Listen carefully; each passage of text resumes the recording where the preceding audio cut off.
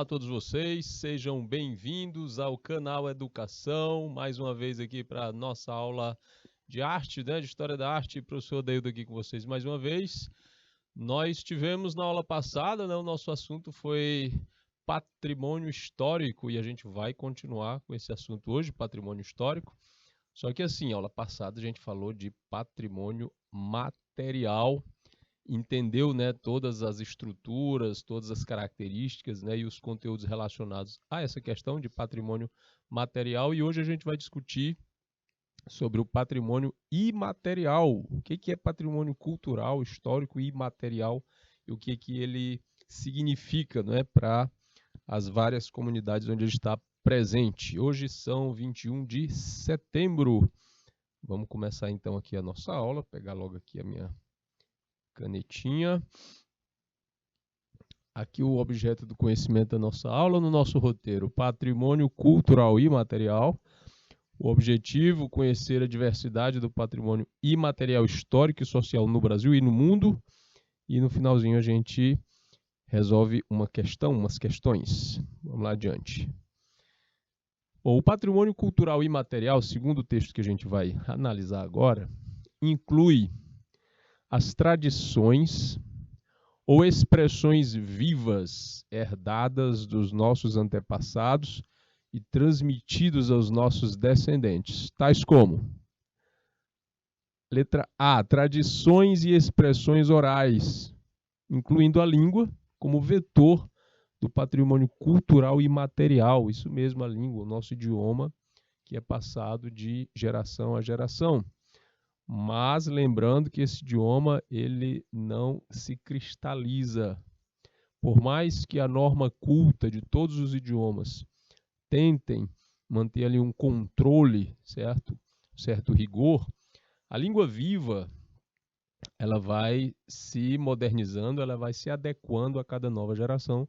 E palavras novas vão surgindo, influências de fora, ou mesmo situações internas vão fazendo com que essa língua crie novas palavras, novas expressões, ou deem novos significados a palavras que começaram com um significado e depois passaram a acumular significado. Enfim, aqui na letra B, artes do espetáculo também vão fazer parte do patrimônio cultural e material, práticas sociais, rituais e eventos festivos, muitos rituais de passagem, festas de aniversário, casamento, batizado, outros eventos festivos, e muitas práticas sociais, como, por exemplo, vou começar aqui a já dar exemplos, no Piauí ainda se tem muito a prática social religiosa de tomar a bênção aos mais velhos da família. Aptidões ligadas ao artesanato tradicional e por aí vai. Bom, salvaguardar, tá aí entre aspas, refere-se à adoção de medidas destinadas a assegurar a viabilidade do patrimônio cultural e imaterial, incluindo a identificação, documentação, pesquisa, preservação, proteção, promoção, valorização, transmissão, essencialmente através da educação formal e não formal, bem como a revitalização dos diferentes aspectos desse patrimônio. Muitas vezes um patrimônio, num núcleo comunitário, ele está em vias de formação e muitas vezes não se dá muita trela para aquilo vai acontecendo mais ou menos assim sem se perceber. Depois de 2, 3 gerações já se percebe ele cristalizado como ação dentro da comunidade, então ele precisa ser salvaguardado. E salvaguardar é tudo isso que a gente acabou de explicar aqui agora, certo? Que prevê essa identificação, a documentação, pesquisa para poder entender melhor as origens, preservação, proteção, promoção e por aí vai. Tudo isso que a gente explicou aqui sobre a questão de salvaguardar um patrimônio cultural e material. Então, em suma, o patrimônio cultural e material é o quê? Primeiramente, tradicional, contemporâneo e vivo. Muitas coisas já não fazem mais parte de muitas sociedades. coisas que já foram abandonadas, ações, costumes, que por conta do desenvolver da sociedade, eles foram colocados de lado, certo? E outros vão surgindo, ok? Mas isso não impede que esse patrimônio continue sendo patrimônio lembrado na história e na memória. Okay? O patrimônio cultural imaterial representa não apenas as tradições herdadas do passado, mas também as práticas rurais e urbanas contemporâneas em que participam diversos grupos culturais. Inclusive, podemos partilhar expressões do patrimônio cultural imaterial que são semelhantes às praticadas por outros, que foram passadas de geração a geração, que evoluíram em resposta ao ambiente e que contribuem para nos incutir de um sentimento de identidade e continuidade, constituindo uma ligação do passado através do presente ao nosso futuro. Isso, dá essa característica de inclusão para o dito patrimônio imaterial. Também é representativo. Por que representativo? Esse patrimônio cultural imaterial prospera com base nas comunidades e depende dos detentores e praticantes cujo conhecimento das tradições, saberes fazer e práticas são transmitidos ao resto da comunidade, de geração em geração e a outras comunidades. Muitas vezes, essa passagem é feita via família ou núcleo familiar. Não precisa ser uma família exatamente tradicional, mas o núcleo familiar, independente se tradicional ou não, ele vai repassar esses processos, esses costumes.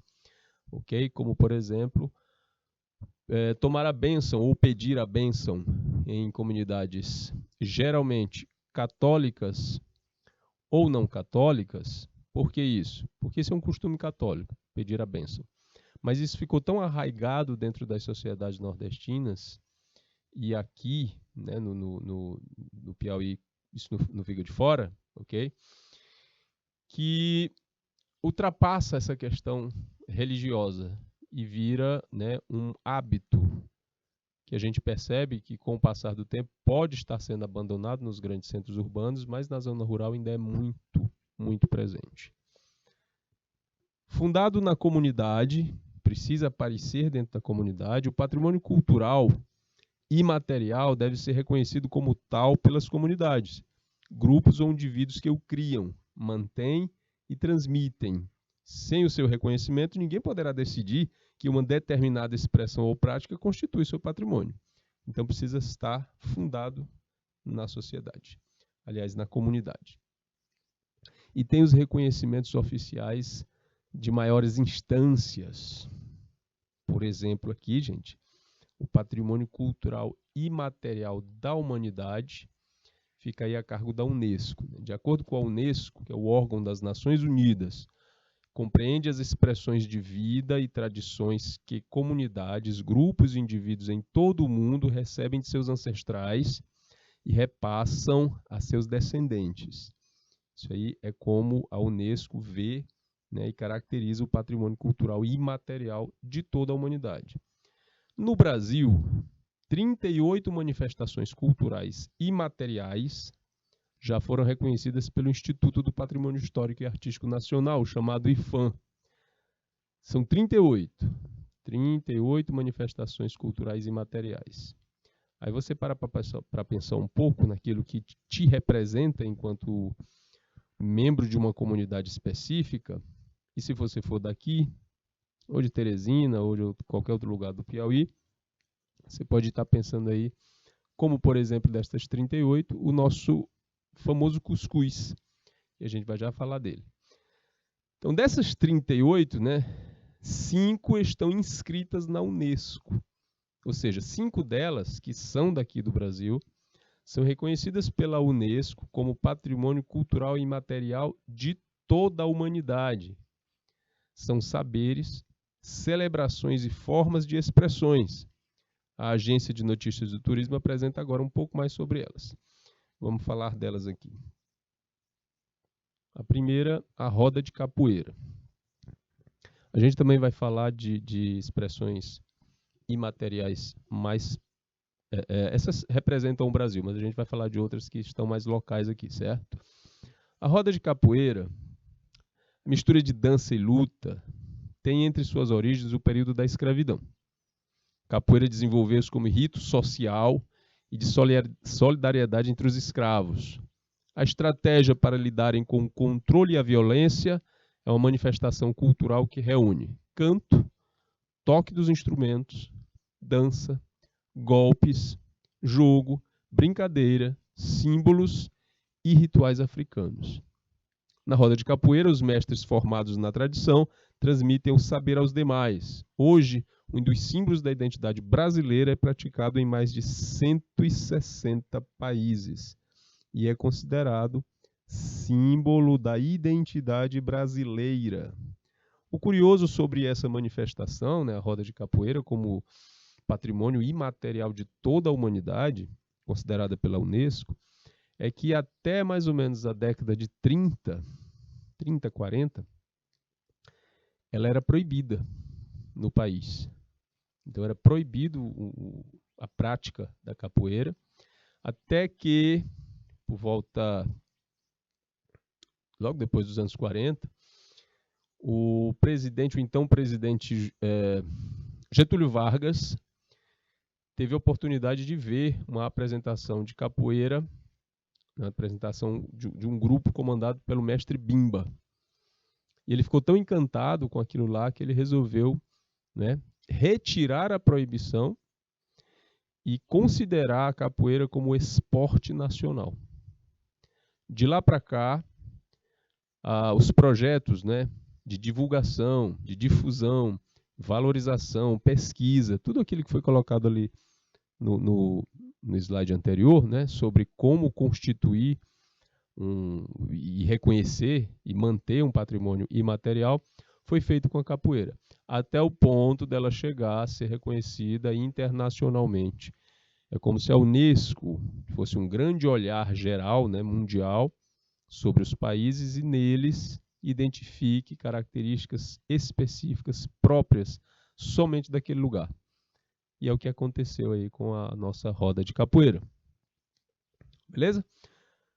O próximo é o frevo, a dança, né, típica de Pernambuco, que tem toda uma história, né, bem característica. Essa expressão artística do Carnaval de Recife é uma forma musical, coreográfica e poética enraizada em Pernambuco. O gênero musical urbano surgiu no final do século XIX, no Carnaval. As bandas militares e suas rivalidades, os escravos libertos, os capoeiristas, a nova classe operária e os novos espaços urbanos definiram a configuração do frevo, caracterizado pelo jogo de braços e pernas e a dança frenética. A manifestação artística desempenha importante papel na formação da música brasileira e não deixa de ser uma representação toda nordestina, certo? E a gente percebe também que tem toda aquela coisa da preparação da indumentária, né, que é a roupa que se veste especificamente para dançar frevo, o acompanhamento com o sombrinho colorido, a própria música em si e a identidade que a comunidade tem com aquela atividade, certo? Então, tanto a roda de capoeira quanto o frevo foi vista pela Unesco como um patrimônio que deveria ser considerado, que deve, né, e passou a ser considerado por toda a humanidade, o planeta inteiro. Bom, falamos da roda de capoeira, falamos do frevo, que tem esse nome. Tem várias versões sobre a origem do nome frevo, mas diz, uma das mais aceitas, é que vem do verbo ferver. E se você pegar o sertanejo falando o verbo ferver, ele vai misturar, ele vai trocar a posição do R na palavra e ele vai falar frever. E se você for a qualquer interior do Nordeste, as pessoas vão falar assim, porque a nossa língua ela é viva. Aliás, todas as línguas faladas hoje, elas são vivas e se transformam. E muitas palavras que a gente acha certo hoje pronunciar, né, corretamente, elas já foram consideradas, entre aspas, erradas no passado. Ok? É o que aconteceu com muitas transliterações E ferver, do verbo ferver, é dito com toda a liberdade no interior do Nordeste como frever. Então, se o verbo é frever, em vez de dizer eu fervo, você diz eu frevo. E a dança é tão frenética, né, tão ativa, tão retumbante, que é como se estivesse representando um calor muito grande, né, do ferver. E aí fica o nome frevo. O samba de roda é outro exemplo, né? Aqui da nossa lista de 5 patrimônios culturais imateriais brasileiros, que também são reconhecidamente da humanidade. No recôncavo baiano, é uma expressão musical, o samba de roda, coreográfica, poética e festiva, das mais importantes da cultura brasileira. Veja bem, das mais importantes de toda a cultura brasileira. E até agora, gente, se você for considerar esse processo aqui, até agora a gente tá ainda muito pelo Nordeste. Mas por que será, professor? Não sei se vocês perceberam, eu vou falar disso depois, mais tarde, costurar melhor isso aí. Mas depois da libertação dos escravos, né, com a extinção do modo de produção econômica baseado na escravatura, e com a tentativa, né, do governo brasileiro de trazer imigrantes europeus para cá, num processo de branquificação, de branqueamento da população, nas regiões, não Nordeste, mas o Sudeste, Centro-Oeste e Sul, essas comunidades de japoneses, italianos, alemães, polacos, eles foram se espalhando mais por aquela região lá, do Sudeste para baixo, Sudeste para o Sul. E muitas das características portuguesas que nós ainda tínhamos naquelas regiões, principalmente São Paulo, sul de Minas, o pessoal ali de Minas Gerais entrando em Goiás, depois Mato Grosso, e descendo, né, Rio Grande do Sul, Paraná, Santa Catarina, a gente foi meio que a coisa foi sendo substituída, certo? E muito do que ficou desde 1500 dos portugueses fica no Nordeste e no Norte. Então é um berço, né, mais antigo, digamos assim.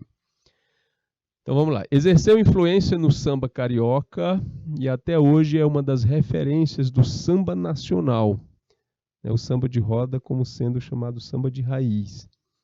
Está presente em toda a Bahia, principalmente no Recôncavo, né, o entorno da Baía de Todos os Santos. A herança negro-africana no samba de roda se mesclou de maneira singular a traços culturais trazidos pelos portugueses, principalmente viola e pandeiro, e é a própria língua portuguesa nos elementos de suas formas poéticas. Então, enquanto dançado, tocado e cantado, o samba de roda traz aí o peso de todas essas características. Ok? O próximo é uma atividade religiosa tradicional, certo? Da Igreja Católica, trazida essa fé trazida pelos portugueses. A Igreja Católica foi por séculos e séculos a única representação cristã no mundo, até o grande cisma da Igreja Católica no século XVIII, que criou as dissidências aí chamadas protestantes, e logo depois, com a reorganização desses núcleos, a gente passou a chamar essas definições de evangélicas. Mas até isso, até o século XVIII, a única expressão da cultura e da religiosidade cristã era católica. E o Brasil recebeu essa influência já em 1500, no século XVI. E hoje é que a coisa está se equilibrando. Por quê? Porque nós fomos, por muitos anos, considerados o maior país católico do mundo, do planeta. E cada vez mais a Igreja Católica perde espaço e as igrejas evangélicas vão avançando e a coisa está se equilibrando. O estado mais católico do Brasil, segundo pesquisa, é o Piauí. Então a gente pode dizer que o estado mais católico do mundo é o Piauí. Mesmo assim, é no estado do Pará, né, que acontece o Círio de Nazaré, que é a celebração religiosa no Pará, né, em Belém, considerada uma das maiores do mundo. O Círio tem como ponto alto a procissão, da qual participam mais de 2 milhões de pessoas. Você já foi numa procissão? Ou você já viu uma procissão passando? Junta bastante gente. Mas você já conseguiu imaginar mais de 2 milhões de pessoas? Isso é mais do que a população de muitas cidades no país. 2 milhões de pessoas. A população do Piauí inteiro é isso daí, um pouquinho mais. 2 milhões de pessoas numa única procissão. Então não é uma atividade, né, simples, não é uma coisa que acontece assim de um jeito sem complexidades. Talvez por isso mesmo mereceu a atenção da Unesco, né, para essa atividade. Instituído, olha lá, no século XVIII, em 1793, né, no segundo domingo de outubro, o traslado da imagem percorre 5 quilômetros da Catedral da Sé, o traslado da imagem de Nossa Senhora de Nazaré, lá da Catedral da Sé, na Cidade Velha, onde Belém nasceu, até a Praça do Santuário, no bairro de Nazaré. Os paraenses consideram a festa um grande momento anual de demonstração de devoção e solidariedade, de reiteração de laços familiares e manifestação social e política. Então acontece muita coisa ao mesmo tempo. Outra coisa é as mitologias acerca, a fé mesmo das pessoas acerca dos símbolos que são carregados aí na procissão do Círio de Nazaré. É a corda que acompanha o trajeto, né, junto com a santa, junto com a imagem da santa, em que as pessoas acreditam que vão ter, né, uma sorte, vão ter uma bênção, vão ter uma iluminação, se acompanharem toda a procissão segurando a corda. Então é um ato assim incrível de força, de determinação e mesmo de fé para você passar, né, durante um tempo aí, são quantos quilômetros? 5 quilômetros, né, no meio de mais de 2 milhões de pessoas. Então isso chama a atenção de qualquer coisa, de qualquer pessoa, de qualquer país. A gente olha e diz, puxa vida, ali está acontecendo uma coisa muito grande, muito interessante. Daí o fator de Círio de Nazaré entrar nessa lista da Unesco. A arte Kusiwa dos índios brasileiros, né, a pintura corporal e a arte gráfica dos povos indígenas Guarjampi, no Amapá, sintetizam um modo particular de conhecer e agir sobre o universo. Então, essa arte Kusiwa dos povos do povo Guarjampi é outro elemento, né, da nossa cultura imaterial reconhecida pela Unesco. Bom, são 48 aldeias onde vivem mais de 1.000 indígenas. Corrigir esses nomes aqui por diante. A arte está vinculada à organização social, uso da terra e conhecimento tradicional. A gente está falando dos povos originários da nossa terra. Quando nós nascemos, eu, por exemplo, nasci na década de 70, eu não tinha noção, até entrar na escola, né, de qual era a história, né, de desenvolvimento do povo brasileiro. E depois que a gente toma essa noção, a gente tem que se imbuir de um respeito imenso sobre aqueles que estão aqui ainda e que são diretamente descendentes dos povos originários, que são as nações indígenas daqui. Então é muito louvável, certo, a lembrança da ONU sobre esses povos. Então os indígenas usam composições de padrões Kusiwa nas costas, na face e nos braços. A pintura é para todos os dias e quando os adultos se pintam, os jovens aprendem a fazer composições de Kusiwaran no corpo. Professor, tem outras expressividades indígenas no Brasil que poderiam estar nessa lista? Tem, mas a mais expressiva delas para a Unesco e de maior importância coletiva, representando as nações indígenas, foi a arte Kustiwa. Certo? E a lista termina aí? Sim, sim. Mas vamos falar de outras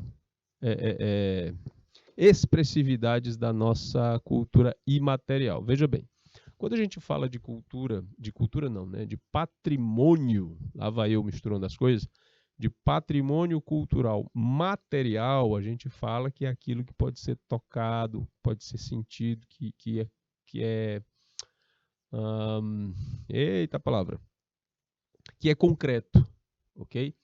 Aí quando a gente fala de patrimônio imaterial e mostra isso aqui, muitos alunos ficam assim, mas eu estou vendo isso aí, eu toco, eu bebo isso aí, isso aqui é a cajuína, certo?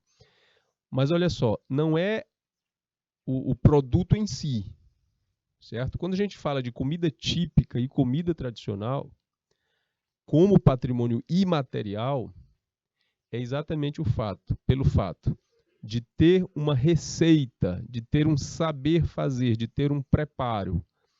Porque aí não é uma coisa que a gente colhe no mato, certo? Ou a gente fala umas palavras mágicas e ela aparece, não é isso? Cajuína existe, o produto é o caju, ele passa por um processo para que seja feita nessa bebida conhecida cajuína.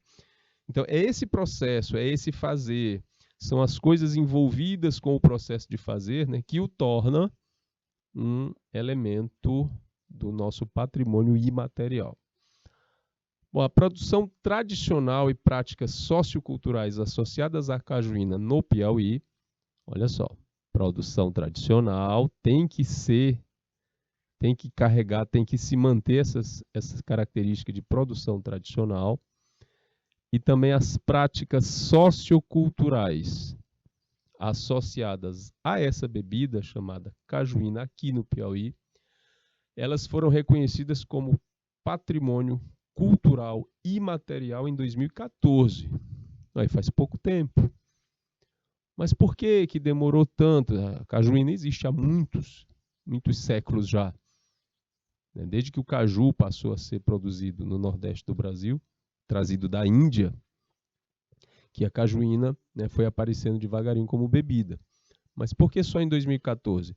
Tudo depende do que a gente viu lá, vou voltar aqui rapidinho, para a gente pegar o texto, do que a gente viu aqui, sobre a representação, né? Comunidades, tradições, fazeres e a manutenção. Tá mais para trás? Era esse aqui. Certo? Salvaguardar. Sobre a salvaguarda. Quando a gente fala de identificar, documentar, pesquisar, passar a preservar, depois proteger, aí vem a promoção. Então a cajuína foi identificado o seu processo, depois foram atrás de documentação, né? Registro histórico, um monte de coisa assim para reforçar, passou por uma pesquisa, certo? Passa-se a preservação da ideia, então vão ser pesquisadas várias comunidades que produzem cajuína para ir, né, falando dessa situação, e passa-se a promoção. Na promoção se valoriza e se transmite. Então é por isso que depois de muito tempo, né, a cajuína passou por esse processo e em 2014 chegou-se realmente ao fato de dizer, não, realmente a cajuína é um produto de cultura patrimonial e material. Em 2014. O processo de preparação da cajuína está imerso nos rituais de hospitalidade das famílias do Piauí, ao mesmo tempo em que reforça a rede familiar que a produz. Mesmo sendo uma bebida, assume o simbolismo de alimento e está inscrita na mesma tradição dos doces, bolos, biscoitos e outros saberes cultivados para abastecimento do lar no Nordeste. E aí entra também o cuscuz. Nós vamos falar já dele daqui a pouco, porque tem um probleminha com esse nome, certo? A gente vai esclarecer. A cajuína é uma bebida não alcoólica, feita a partir do suco do caju separado do tanino, por meio da adição de um agente precipitador. Originalmente, a resina do cajueiro durante muitas décadas, a cola de madeira ou de sapateiro e, atualmente, a gelatina em pó, coado várias vezes em redes ou funis de pano. Essa separação do tanino, o tanino é o que dá aquele travento do caju, aquele sabor travoso. Então, o suco é separado da polpa através de muita filtração, porque quando você faz um suco de caju, que você bate junto com a polpa, ele é amarelo, amarelado, meio opaco, não é tão transparente.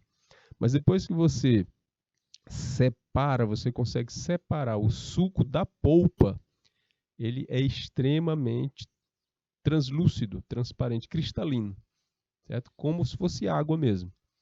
E extremamente saboroso, mas muito travoso, né? É um gosto, né, que trava um pouco na boca. Quando você coloca, adiciona a gelatina em pó, e antigamente se usava até cola de sapateiro, cola de madeira, para depois cozer esse líquido.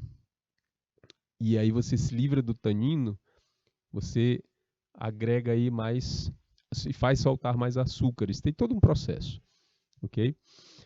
E aí o resultado final, né, é o que se chama de extrato do caju, o extrato puro do caju, a cajuína. Por muito tempo, os estados do Maranhão e do Ceará tiveram meio que essa briga para saber de quem era o pai da cajuína, quem era a mãe da cajuína, mas finalmente em 2014, estabelecido como patrimônio cultural imaterial no Brasil, a cajuína reconhecidamente piauiense. A separação do tanino do suco da cajuína recebe o nome de clarificação. E o suco clarificado é então cozido em banho-maria, em garrafas de vidro, até que seus açúcares sejam caramelizados, permitindo que possa ser armazenada por períodos de até 2 anos. Então, o modo tradicional de produção da cajuína foi desenvolvido ao longo do tempo e, ainda que seja semelhante nos diversos núcleos produtores espalhados por todo o estado, cada núcleo realizou melhorias e aperfeiçoou técnicas específicas que podem produzir determinadas diferenças no seu produto final, distinguindo o sabor de sua bebida da dos demais produtores. Uma coisa interessante é que a partir da ideia da cajuína se fez também o tal do refrigerante de caju, mas isso aí já é um braço da indústria. Então não tem essa coisa de tradicionalidade, de nascer dentro da comunidade, certo? Por isso que o refrigerante de caju é muito provável que nunca vá ter, certo, um título de patrimônio cultural imaterial. O cuscuz. O Comitê do Patrimônio de Organização das Nações Unidas para a Educação, Ciência e Cultura se reuniu por videoconferência e aprovou a patente do cuscuz por requisição feita juntamente entre Argélia, Marrocos, Mauritânia e Tunísia. Vejam bem, o Brasil não entra aí, não entrou aí. A Unesco declarou, abre aspas, essa inscrição conjunta de um patrimônio compartilhado ilustra até que ponto o patrimônio cultural imaterial pode ser um assunto sobre o qual os estados se reúnem e cooperam, aproximando-os por meio das práticas e saberes que têm em comum. Esse aqui que vocês estão vendo na foto é o original cuscuz marroquino, cuscuz que vem da África, da região do Maghreb, e é dele que a gente tira esse nome para o nosso cuscuz de milho, certo? A palavra cuscuz não é uma palavra nordestina, não é uma palavra do português, ele vem de fora e denomina um cuscuz feito com uma farinha de sêmola de trigo, certo? Esse que a gente faz de milho é uma variação cultural, né, que leva o mesmo nome, cuscuz. Bom, a Comissão de Educação e Cultura da Assembleia Legislativa de Pernambuco, a ALEP, aprovou a indicação do cuscuz como patrimônio cultural imaterial do estado de Pernambuco. Mas, assim, todos os estados do Nordeste podem fazer a mesma coisa, porque é uma atividade que acontece em todos esses estados. Em sessão remota no colegiado nesta quarta-feira, 3, o aval foi concedido. O ano passado, a tradicional iguaria nordestina já havia sido declarada Patrimônio Imaterial da Humanidade pelo Comitê do Patrimônio da Organização das Nações Unidas para a Educação, Ciências e Cultura, Unesco. Na verdade, o que a Unesco considerou como Patrimônio Imaterial da Humanidade, a base, foi o cuscuz marroquino.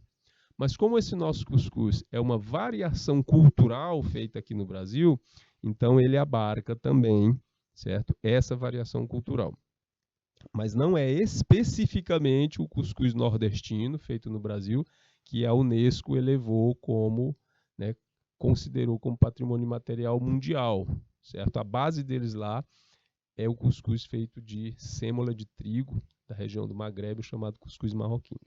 Mas mesmo assim, não importa se aqui é variação, e eu acredito até que o nosso seja bem mais saboroso, né? Nosso companheiro aí dos cafés da manhã, fica valendo para nós o cuscuz. Aqui é a forma do cuscuz mais simples.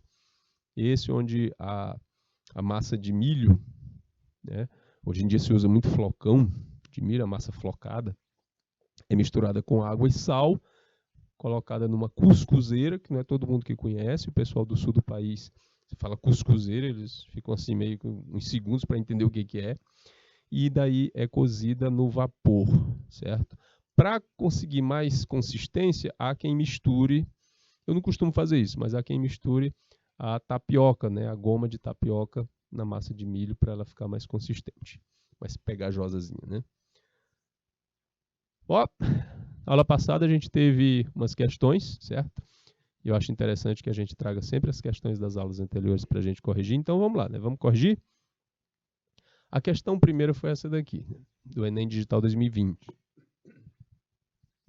Na maior parte da América Latina, os museus surgiram no século passado, fundados com a intenção de civilizar, ou seja, de trazer para o novo mundo os padrões científicos e culturais das nações colonizadoras.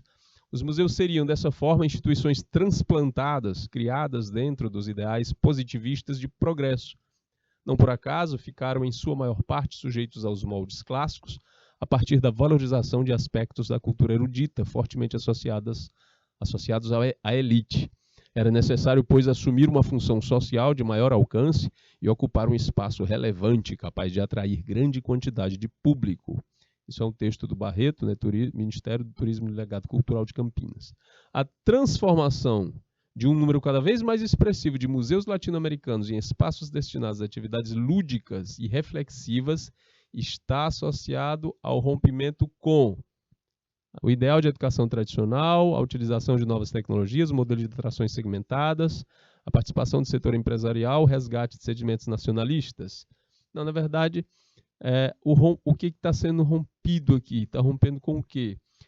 Com essa proposta, né, de educação tradicional. A educação ela é viva e ela vai se movimentando adiante. Então, ela evolui e ela precisa estar sendo mudada o tempo inteiro. Então, não dá para ficar preso toda vez, né, no tradicional. A outra questão foi foi apresentado o artigo 216, né, com as formas de expressão, modo de criar e viver do patrimônio histórico. E aí a pergunta, né, o trecho da Constituição Federal de 88 ressalta a importância da defesa do patrimônio cultural brasileiro, ao considerar que sua preservação seja administrada e gerida pelo poder público e por seus órgãos responsáveis, seu reconhecimento como tal seja feito por um grupo populacional considerável em razão proporcional ao tamanho do município na qual ela se insere, seu tombamento confirme sua excepcional ou valor artístico em comum como bens materiais, ou sua conservação seja de interesse privado para garantir o crescimento econômico de diferentes grupos que constituem a sociedade brasileira, e letra S, o valor seja testado por mais de uma geração e confirmado por especialistas no assunto com reconhecida trajetória acadêmica, bem como por um júri internacional. Isso aqui não é necessário de jeito nenhum, essa, né, forma de fazer aqui. Essa daqui também não. Não é preciso que a excepcionalidade do valor artístico em comum aos bens materiais seja feito para poder ter o tombamento, né? O tombamento confirmar isso daí. É o contrário, né? E a própria excepcionalidade que confirma o tombamento, ok? Não precisa que o reconhecimento seja feito por um grupo populacional considerável, né? Não é o tamanho da população que vai fazer com que isso seja considerado. Mas a preservação seja administrada e gerida pelo poder público e seus órgãos responsáveis. Por isso que tem uma legislação. Ok? E os exercícios para a próxima aula, para vocês fazerem, aí a gente traz e corrige. Ok? Eu trouxe essa daqui. sobre a indústria cultural, assumir a herança civilizatória da democracia, de pioneiros e empresários. Tem um texto falando dela, né? E a pergunta é: a liberdade de escolha na civilização ocidental, de acordo com a análise do texto, é uma. Fala de liberdade de escolha. Legado social, patrimônio político, produto da moralidade, conquista da humanidade, ilusão de contemporaneidade. Aí a gente fica aí com essa questão. Prestem bem atenção como é que vocês vão fazer a pesquisa para responder essa daí. Respondam, né? Essas questões são colocadas para que vocês respondam e repassem para o monitor de classe para confirmar sua presença na aula. Ok? Tem essa outra aqui. Mais um texto, Escravidão, Farinha e Tráfico Atlântico, do Bezerra NR. Tem o texto dele, Processamento de Mandioca, era uma atividade já realizada pelos nativos que viviam no Brasil antes da chegada dos portugueses e africanos. Ele faz outras considerações e coloca aqui. Considerando a formação do espaço atlântico, esse produto exemplifica historicamente, né, o processamento da mandioca. Difusão de hábitos alimentares, disseminação de rituais festivos, ampliação dos saberes autóctones, apropriação de costumes guerreiros, diversificação de oferendas religiosas. Da mesma forma, você vai fazer a pesquisa, vai responder a questão e passar para a resposta para o monitor de classe, ok? E na próxima aula a gente corrige, beleza? Então, essa foi a nossa aula sobre o patrimônio cultural imaterial. A primeira foi o material, essa foi sobre o imaterial. Obrigado, gente. Um grande abraço e até a próxima. Tchau.